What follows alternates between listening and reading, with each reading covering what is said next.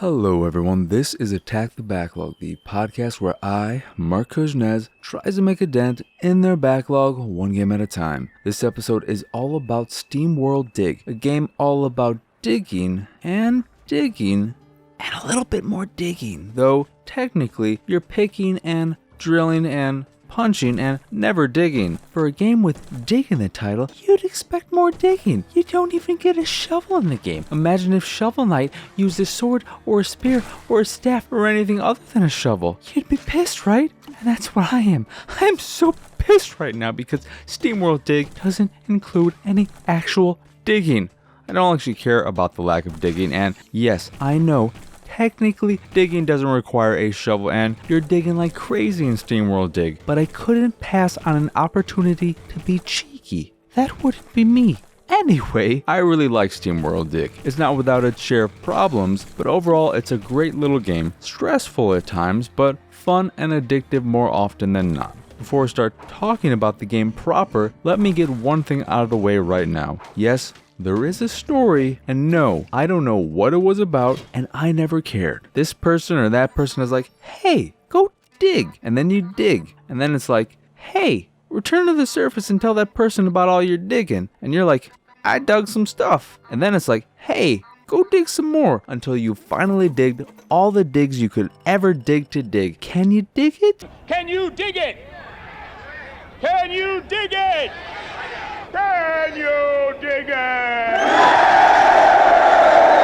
So, now we've gotten that out of the way, let's talk about the game. The basic gameplay of SteamWorld Dig involves making your way deeper and deeper into this mine, collecting ore and minerals along the way. Resources you trade with Dorothy in exchange for cold hard cash used to buy items and upgrades for your character, Rusty. You'll make discoveries along the way, not organically, but tied to the minimal narrative. In other words, when you get close to a location of interest, a little blip will show up on your minimap letting you know where to go next. Speaking of the map, you can't access the map in any of the menus, so there's no way to see the map in its entirety, only your immediate vicinity via the minimap. Nothing major, but a slight annoyance. And that's all there really is to the game. You dive deeper and deeper into the mine, mining ore and minerals, discovering caves that often provide you with new abilities like a steam jump, which allows you to jump way higher than usual in exchange for using a bit of water with your tank, which you get once you obtain the steam jump, and the static dash, which is basically just a double jump that feels really good, especially because you expel a bit of energy when you do the second jump, and said energy can destroy annoying turrets, something I made use of very often during the late game. You'll also come across non-essential mines, which act as puzzle rooms, providing you with bonuses in the form of rare minerals and or balls, which contain blue orbs used for higher levels of crafting.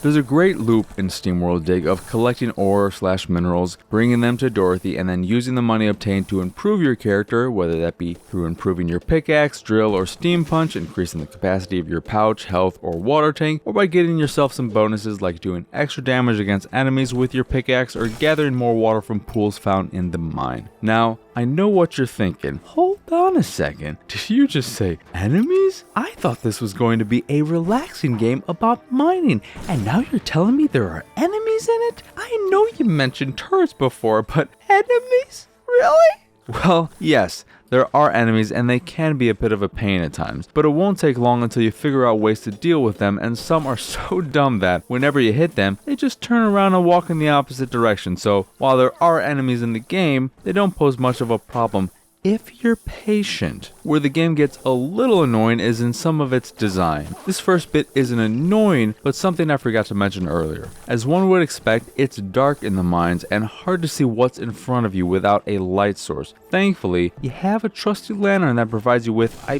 believe, 60 seconds of light per notch. You start off with 3 notches and get yourself some more as you progress through the game. What this means is, in addition to worrying about enemies or fall damage, you also have to pay attention to how much lantern fuel you have left, lest you end up alone in the dark with no one to help you, not even Tara Reid or Christian Slater. And if you find yourself with an empty lantern, you'll have 2 ways to refill it. You can refill your lantern by returning to the surface, because apparently it's a solar powered lantern, or by picking up items dropped by enemies if you're lucky. Alright, let's get back to the annoying bits. There's wall jumping in the game, but it likely doesn't work the way you'd expect it to work. You can wall jump up the same wall incredibly fast and without issue. Think of it more so as speed rock climbing than wall jumping. However, you can't wall jump in the traditional sense where you go back and forth between two walls, and that made reaching certain places after you've made your way deep into the mine much trickier to reach, sometimes impossible depending on how you decided to dig your way to the bottom. This can lead to you getting stuck, and if you do get stuck, you'll be left with a few options. 1. You can self-destruct, which will return you to the surface sans all the goodies you've collected. I never resorted to this, so I'm not entirely sure how it works, but if it's similar to dying, you'll also have to pay half of what's currently in your wallet as well. Obviously, this would be your last choice. Another option is to use ladders to reach an otherwise out-of-reach ledge. You can hold up to 5 ladders at once, and they can be just enough to make an impossible jump possible, but they're still not 100% reliable. If you really want to make sure you never get stuck with a bag full of goodies and no way to return to the surface, you'll have to always keep a teleporter on hand, which you can drop anywhere, and that'll send you immediately to the surface with the ability to return back to said teleporter once you trade in all that sweet loot. However, teleporters don't come without a cost. Each teleporter, and you can only hold one at a time, costs 3 blue orbs, and if you end up using too many of them, you won't have enough orbs when all is said and done to buy every upgrade in the game, so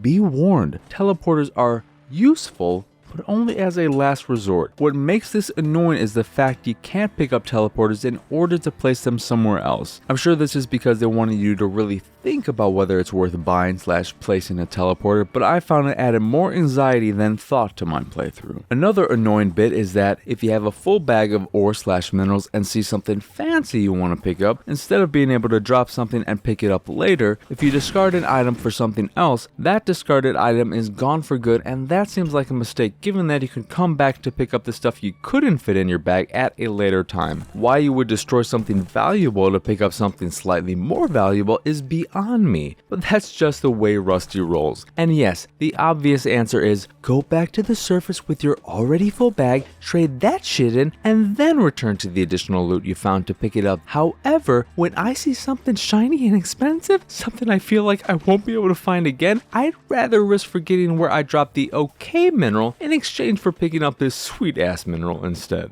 Outside of these few nitpicks, I really enjoyed the game and was sad when it ended. It looks great, feels great outside of the weird wall jumping, which does feel pretty good but isn't real wall jumping, and is paced well, so you're never stuck in the same area for too long. All in all, it took me 5 hours to complete the game, and those were 5 hours well spent. If you're looking for a fun little game you can play in short bursts and like the loop of collecting goods and upgrading your character, SteamWorld Dig is a no-brainer and highly recommended. Also, it regularly goes on sale for like $2.50, so even if you're a little hesitant, come on, that's cheaper than it costs for a roll of toilet paper these days. Well, at least during the time of this recording. Way to go dating the recording of this episode, Mark. And that's pretty much it. You dig, you get paid, and you get better. Rinse and repeat. Sounds pretty good to me.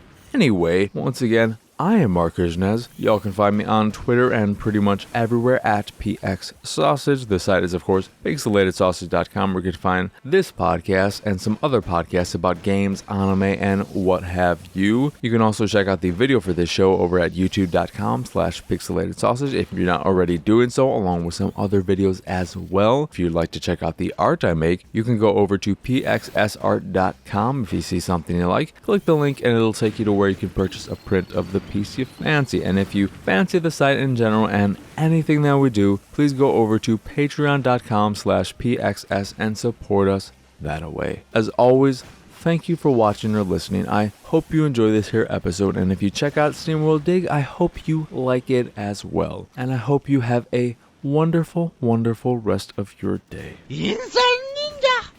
You'll never guess how many times I accidentally said during this script reading, SteamWorld Dig. Oh boy, now that, my friends, that would be a game.